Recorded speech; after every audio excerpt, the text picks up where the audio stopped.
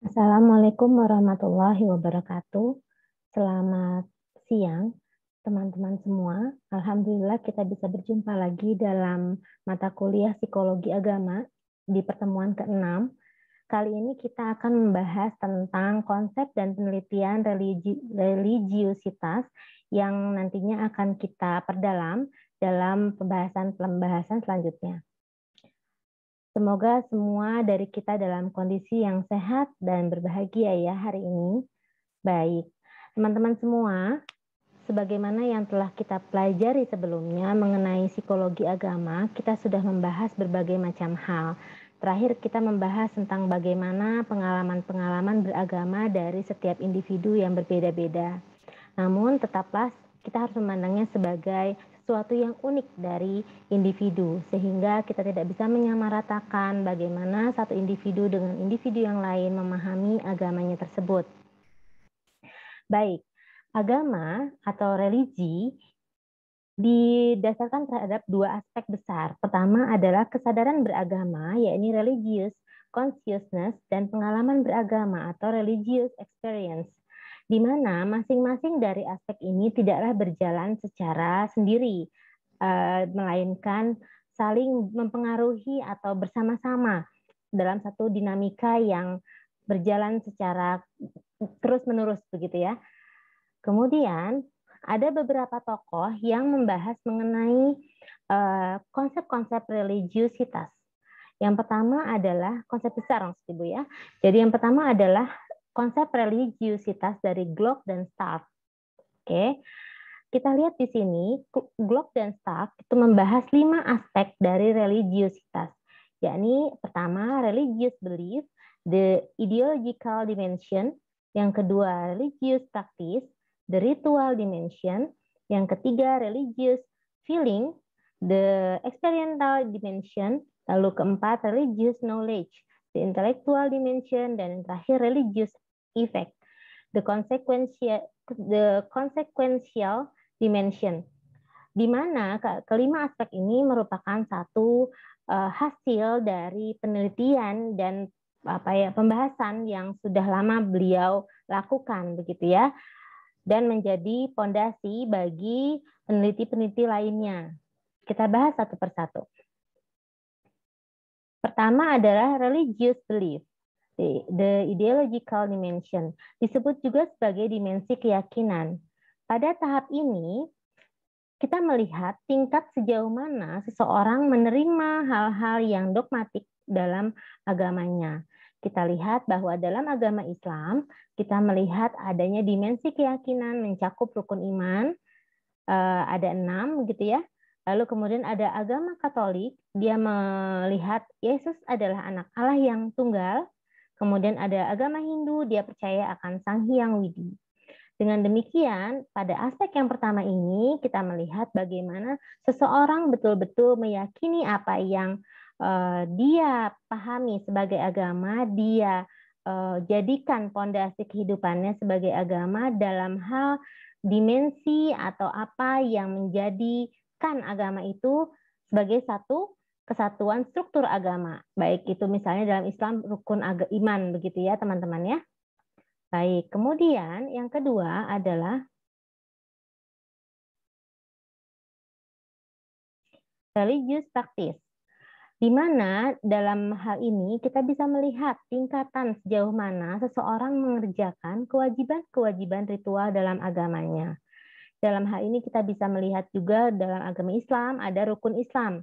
Gitu ya, kita bisa melihat bagaimana rukun Islam itu menjadikan seorang individu memahami bahwa dalam satu agama ada hal yang harus dipenuhi, ditunaikan, dan menjadi kewajiban. Jika tidak, itu menjadi ketimpangan dalam hal beragama. Lalu dalam agama Katolik barangkali ada berdoa dan kebaktian di gereja, dan agama Hindu ada upacara sembahyang atau trisandia. Jadi ini adalah bagaimana ritual yang dilakukan dan wajib dilakukan untuk memenuhi kewajibannya sebagai penganut satu agama tertentu begitu ya. Baik. Kemudian yang ketiga ada religious feeling, the experiential dimension, di mana disebut juga dimensi pengalaman atau penghayatan beragama. Jadi dalam aspek ini kita juga bisa melihat bagaimana seseorang memahami apakah dia meyakini agama tersebut dan memberikan penghayatan, memberikan pemahaman terhadap agama tersebut sehingga yakin akan perasaannya dan bagaimana perasaan atau pengalaman keagamaan yang pernah dialami dan dirasakannya tersebut menjadi satu bagian yang utuh dari dirinya sendiri. Contohnya adalah merasa dekat dengan Tuhan, merasa takut berbuat dosa, merasa doa dikabulkan, begitu ya. Jadi pada saat dia merasa bahwa ada satu permintaannya yang ternyata terwujud, itu dia merasa bahwa doanya dikabulkan saat itu. Kemudian dia merasa diselamatkan atas sesuatu yang buruk menimpanya, yang tidak menimpanya, tidak jadi menimpanya, dia diselamatkan oleh Tuhan, dan sebagainya. Lalu dalam agama Islam, hal ini dikenal dengan konsep tasawuf, gitu teman-teman ya. Kemudian dalam agama Hindu, hal ini dikenal dengan dimensi penghayatan berkaitan dengan pengalaman religius dekat dengan Sang Hyang Widi. Ini salah satu contoh dalam konsep keagamaannya, begitu ya, praktis dalam keagamaannya. Kemudian kita melihat lagi pada aspek selanjutnya ada religious knowledge atau di intellectual dimension, di mana di sini ada dimensi pengetahuan atau dimensi ilmu, gitu ya. Seberapa jauh seseorang mengetahui tentang ajaran-ajaran agamanya. Jadi bagaimana dia memahami betul apa yang agamanya tersebut mengajarkan apa agamanya tersebut, begitu ya. Apa yang dicakup dalam agama tersebut. Kalau dalam Islam ada ilmu fikih, ada ilmu tauhid, ada ilmu tasawuf. Jika di agama Katolik ada memahami Alkitab dan sumber Katolik lainnya, dan agama Hindu pemahaman sejarah agama Hindu dan kitab suci dan sebagainya. Jadi teman-teman, dalam aspek ini kita bisa melihat, mengukur begitu ya, sejauh mana orang tersebut betul-betul tahu tentang agamanya, begitu ya.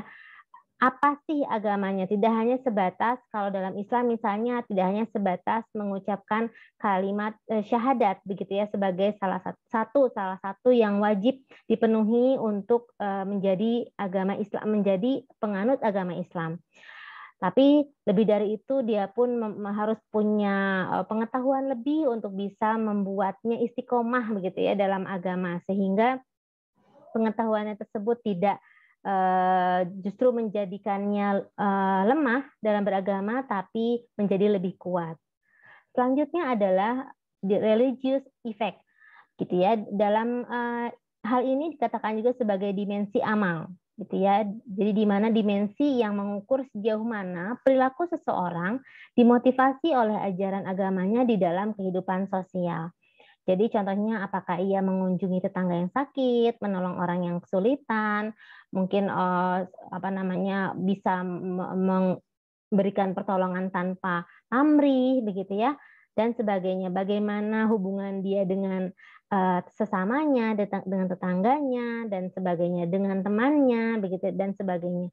Jadi ini adalah dimensi-dimensi amal yang mungkin bisa dikatakan relatif bisa sama antar agama ya, karena ini hubungannya dengan hablum minanas kalau kita ya dengan sesama manusia. Jadi bisa saja semua agama mengajarkan hal yang sama untuk hal ini begitu ya teman-teman ya. Oke, kemudian selanjutnya setelah kita memahami kelima aspek tadi, ada lagi satu tokoh yang mengajarkan mengenai konsep religiusitas, yaitu William James. Mungkin sebagian dari teman-teman di sini sudah ada yang membaca buku-bukunya atau sudah familiar dengan beliau begitu ya, sudah familiar dengan nama beliau.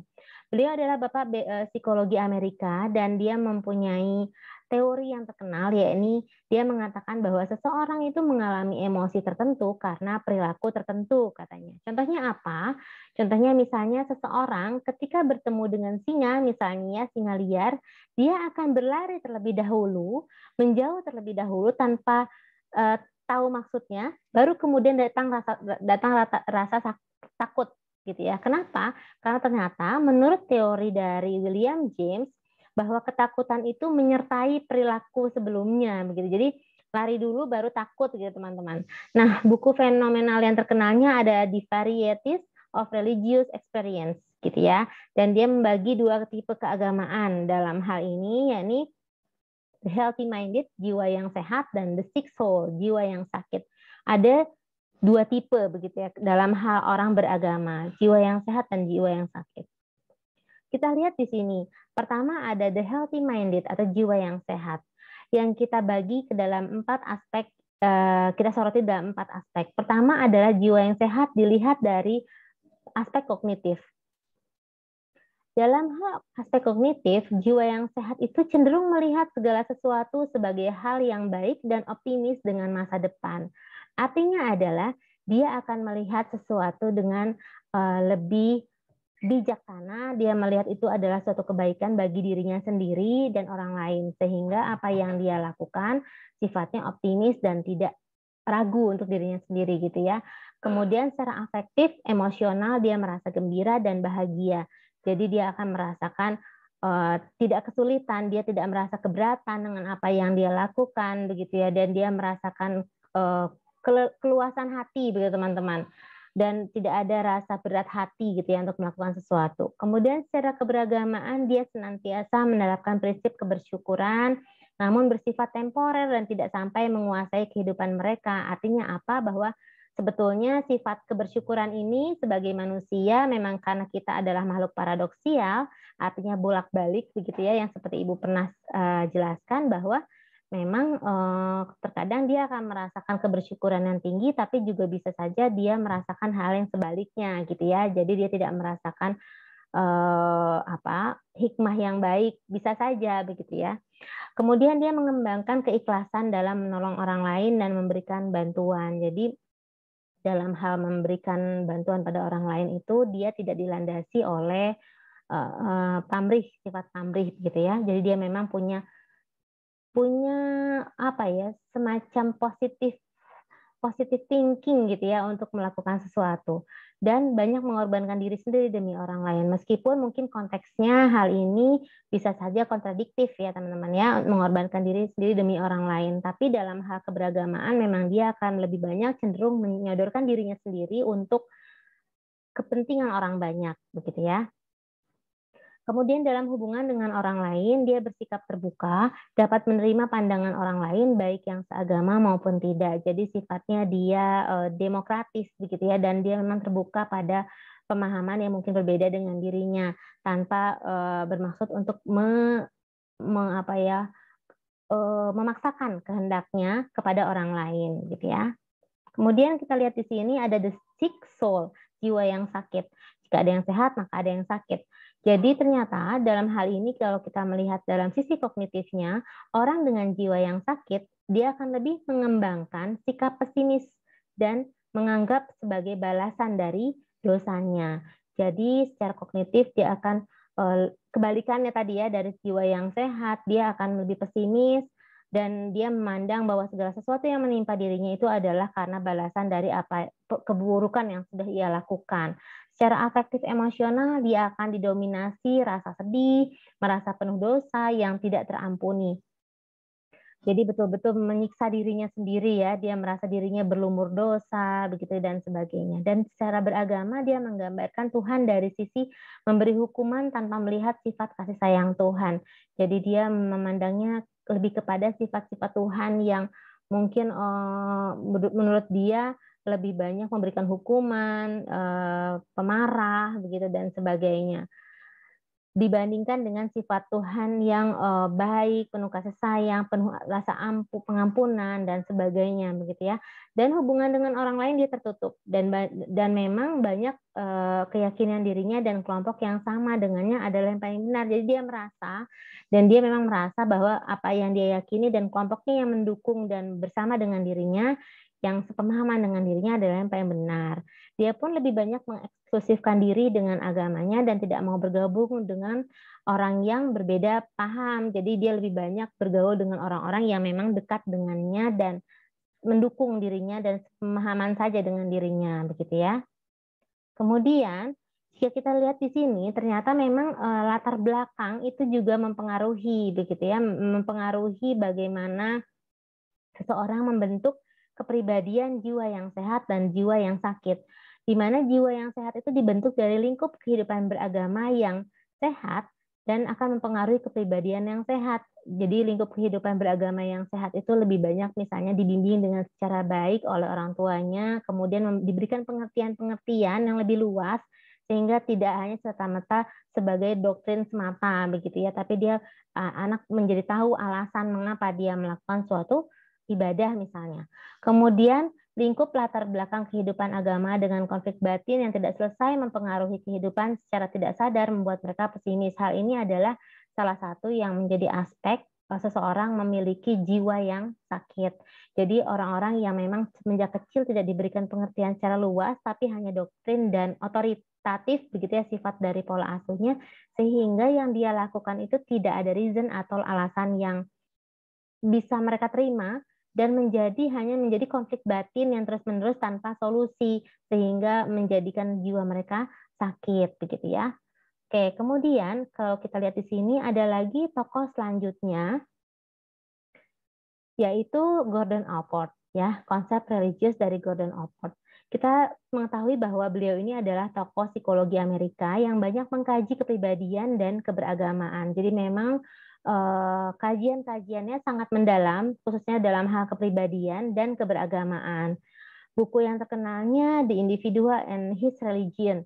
Itu adalah buku yang menjadi juga acuan dari peneliti-peneliti selanjutnya untuk mengembangkan penelitian yang belum selesai beliau lakukan. Ya. Nah, kita lihat di sini bahwa ternyata dia mengatakan bahwa orientasi religius itu ada dua aspek. Pertama ada orientasi religius intrinsik dan orientasi religius ekstrinsik. Di mana orientasi religius intrinsik ini dia lebih kepada menghidupkan agama. Jadi bagaimana dia menjadikan agama itu menjadi lebih terang benderang gitu ya, jadi menjadi lebih berpengaruh baik bagi dirinya sendiri ataupun orang lain, dan menjadikan agama adalah sentral, vital, hal yang pokok dalam kehidupannya, gitu ya.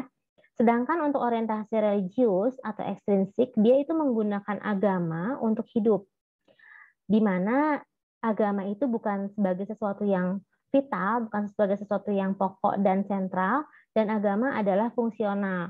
Nanti akan kita bahas lebih lanjut selanjutnya. Bagaimana dia memandang bahwa agama itu adalah hal yang bisa dia manfaatkan untuk mengembangkan dirinya atau kepentingan diri dia sendiri begitu ya, diri individu sendiri.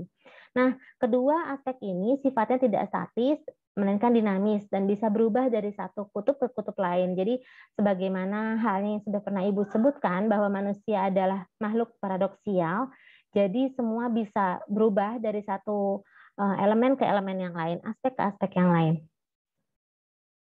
Nah, ini adalah aspek dari bagaimana seseorang dilihat dari pembedanya antara ekstrinsik dan intrinsik. Jika kita lihat di sini bahwa aspek intrinsik dilihat dari personal versus institusional. Jadi kita bisa melihat dari intrinsiknya dia meyakini secara dalam nilai ajaran agama sebagai hal vital dan menjadikannya sebagai bagian sehari-hari. Jadi betul bahwa orang yang secara intrinsik itu akan meyakini, memahami agama itu secara mendalam dan menjadikan itu sebagai hal yang pokok yang harus dia dalami dengan baik dan menjadikan itu sebagai bagian dari dirinya. Jadi agama adalah bagian dari dirinya. Sedangkan sebaliknya, secara ekstrinsik, dia menekankan agama itu sebagai aspek formal dan institusional. Namun kedalaman keagamaan juga masih diragukan. Jadi misalnya aspek formalnya itu adalah hanya sebatas kewajiban saja. Jadi misalnya kalau dalam Islam, sholat hanya kewajiban karena itu pengetahuan sejak kecil begitu ya teman-teman. Jadi atau sholat karena misalnya ada di lingkungan Islam saja, di institusi Islam misalnya, atau tempat pekerjaan yang religius misalnya, hanya sebatas itu. Kemudian ada unselfish dan versus selfish. Jadi secara intrinsik, orang dengan sifat aspek intrinsik ini tidak egois biasanya dan unselfish. Jadi dia tidak egois, dia lebih mementingkan banyak orang gitu ya. Jadi dia lebih banyak peduli pada orang lain karena dia merasa bahwa itu adalah bagian dari ajaran agamanya gitu ya. Sebaliknya, orang yang ekstrinsik itu cenderung egoistis atau selfish saat melakukan kebaikan karena ada kepentingan untuk dirinya sendiri. Jadi lebih banyak sebetulnya apa yang dilakukan seolah-olah untuk kepentingan orang lain, padahal itu sebetulnya hanya untuk dirinya sendiri, untuk dirinya dipandang mungkin lebih baik, untuk dirinya mungkin bisa naik penilaian dari orang lain, masyarakat dan sebagainya. Terintegrasi versus terpisah. Dari dalam hal ini kita bisa melihat bagaimana orang yang intrinsik berusaha menginternalisasikan ajaran agama secara utuh dalam kehidupan dan ada komitmen di sini. Jadi seperti tadi ya sebelumnya juga memang kita dijelaskan bahwa kita sudah memahami bahwa orang yang intrinsik itu lebih banyak memang menjadikan agama sebagai bagian dari hidupnya gitu ya. Jadi aspek-aspek agama itu sudah mendarah daging dalam dirinya dan dia memiliki komitmen untuk melakukan hal tersebut begitu ya, melakukan apa yang diperintahkan oleh agama. Sebaliknya orang yang ekstrinsik itu agama diposisikan di bagian perifer atau pinggir atau tepi atau tidak terlalu penting gitu teman-teman ya dalam kehidupannya, tidak menyatu dengan kehidupannya. Kemudian ada penghayatan total versus dangkal. Secara intrinsik, penghayatan total versus dangkal ini dia menerima agama secara total dan tanpa syarat, menikmati dalam menjalankan ibadah meski berat, gitu ya. Sebaliknya dalam hal ekstrinsik dihayati secara dangkal, tidak penuh dan menganggap agama sebagai kewajiban dan bukan kebutuhan. Lalu secara pokok versus instrumental, intrinsik menganggap agama sebagai tujuan akhir, mendedikasikan hidupnya untuk agama. Sedangkan ekstrinsik, agama dipandang untuk mendapatkan keuntungan pribadi, status, dan kedudukan sosial. Kemudian asosiasional dan komunal. Jadi kalau untuk orang yang intrinsik, dia memiliki keterlibatan dalam kehidupan beragama yang dalam. Jadi betul-betul dia memandang bahwa agama adalah bagian tadi ya pokok dan sentral dari dirinya dan dia terlibat dalam hal apapun yang berkaitan dengan pendalaman agama. Sebaliknya dalam ekstrinsik dia berafiliasi dalam suatu kelompok agama sebagai usaha untuk memperluas jaringan sosial dan untuk memperkuat status sosial di masyarakat. Jadi kembali lagi tadi ya dia menganggap bahwa agama adalah fungsional sifatnya. Sedangkan intrinsik dia memandang agama sebagai hal yang vital. Lalu dinamis versus statis. Dia memandang bahwa agama secara intrinsik dia memandang bahwa agama berusaha menjaga perkembangan iman agar jangan sampai turun terus memperdalam agama. Jadi betul-betul orang yang intrinsik itu akan mengembangkan agamanya dan membuat agama tersebut konstan gitu ya atau mungkin malah bertambah lebih baik gitu dari hari ke hari. Dia terus-menerus memperdalam agamanya untuk menjaga kualitas dari agamanya. Sedangkan secara ekstrinsik tidak begitu mempedulikan perkembangan keimanannya, puas dengan apa yang diterimanya dari lingkungan dan orang tua saja. Jadi dia hanya menerima apa yang sudah dia terima saat kecil saja gitu ya. Jadi tidak berusaha untuk bisa memperdalam apa yang sudah dia dapat. Baik. Dari ketiga tokoh tadi ternyata ada banyak juga konsep-konsep religiusitas lain yang bermunculan dari peneliti-peneliti lainnya, teman-teman. Banyak juga memang yang tidak diangkat karena dianggap tidak terlalu dalam. Namun ada beberapa juga yang masih dianggap sebagai masih bisa gitu ya, masih bisa untuk kita jadikan fondasi atau dasar dalam pengetahuan mengenai konsep religiusitas lain. Di antaranya adalah penelitian atau konsep dari Ellen dan Spilka. Dia menganggap bahwa konsep religiusitas itu dibagi dalam dua hal atau aspek penting. Pertama ada commit religion dan consensual religion. Commit religion menganggap bahwa dalam keberagamaan orang menggunakan pendekatan abstrak dan filosofis. Ide-ide dan pemahaman agamanya memiliki makna yang jelas dan mengkaitkan agama dengan kehidupan sehari-hari. Dalam hal ini kita bisa melihat bahwa seseorang dalam commit religion dia akan senantiasa mengkaitkan begitu ya agama itu dalam hal-hal yang sifatnya absurd, tidak kaku dan filosofis begitu teman-teman. Dan dia kaitkan hal itu dengan apa yang dia lakukan dalam kesehariannya begitu ya.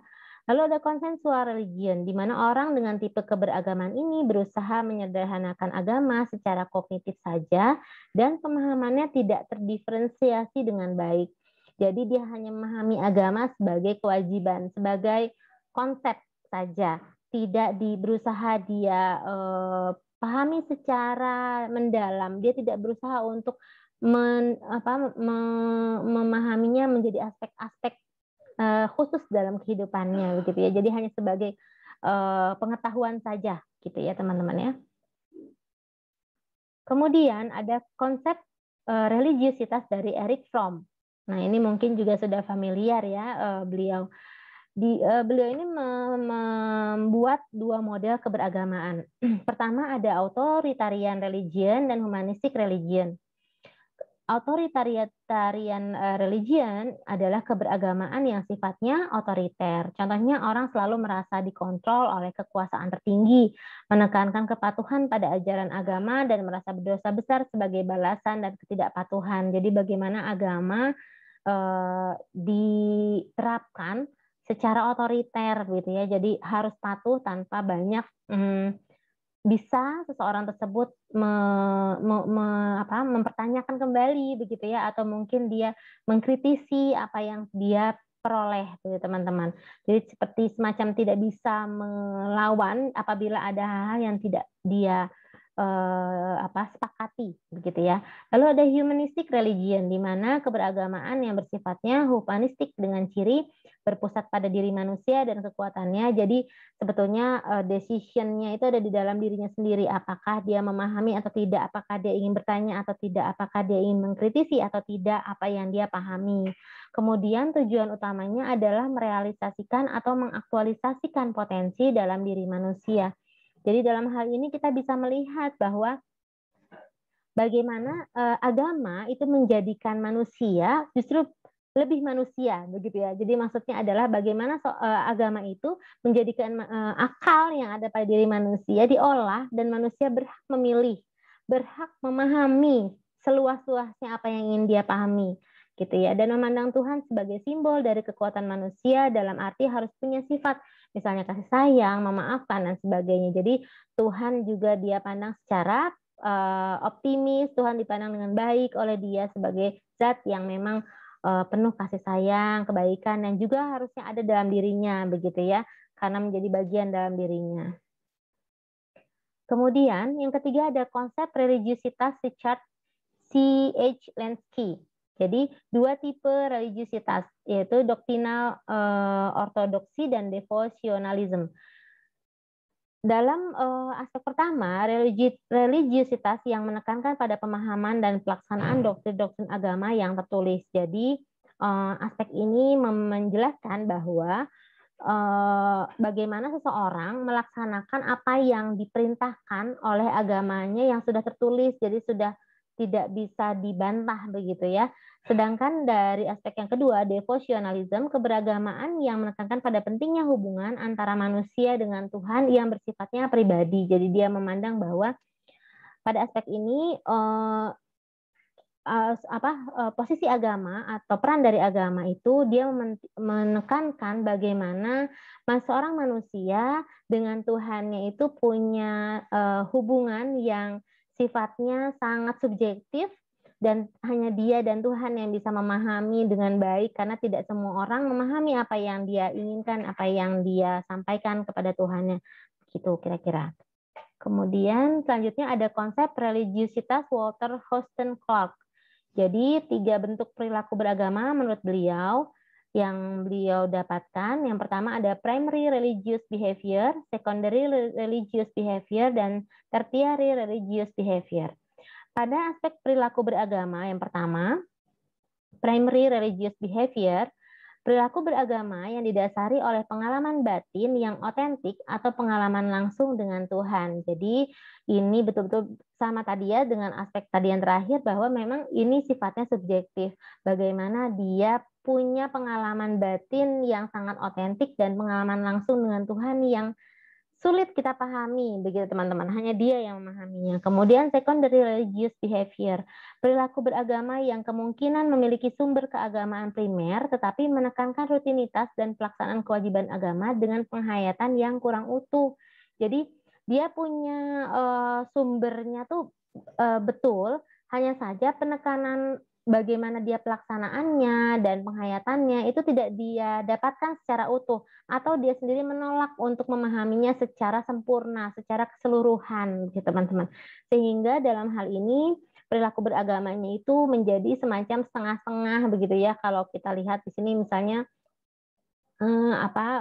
Islam KTP lah kalau dalam Islam ya, jadi hanya setengah-setengah. Kemudian tertiary religious behavior, perilaku beragama yang sangat menekankan rutinitas dan ritualistik semata tanpa ada penghayatan secara pribadi. Ini juga sama sih ya, jadi ini lebih jelas lagi kalau misalnya Islam KTP-nya begitu. Jadi hanya menekankan rutinitas saja, kewajiban saja tanpa ada penghayatan secara pribadi. Ataupun karena tidak ada penghayatan, kadang-kadang dia lupa akan rutinitas dan ritualistik yang harus dia lakukan. Baik, ternyata sudah selesai. Baik, oleh karena itu selanjutnya Ibu berharap teman-teman di sini bisa membaca lebih lanjut mengenai apa yang Ibu sampaikan hari ini dalam buku Bapak Subandi, MA Subandi, Psikologi Agama dan Kesehatan Mental. Dan untuk bab konsep dan penelitian religiusitas ini bisa teman-teman kembali baca pada aspek atau subbab penelitian religiusitas. Di sana kita bisa melihat bagaimana perkembangan dari penelitian-penelitian mengenai religiusitas yang dilakukan oleh beberapa universitas ternama di Indonesia dan bagaimana kelanjutannya dari penelitian-penelitian tersebut.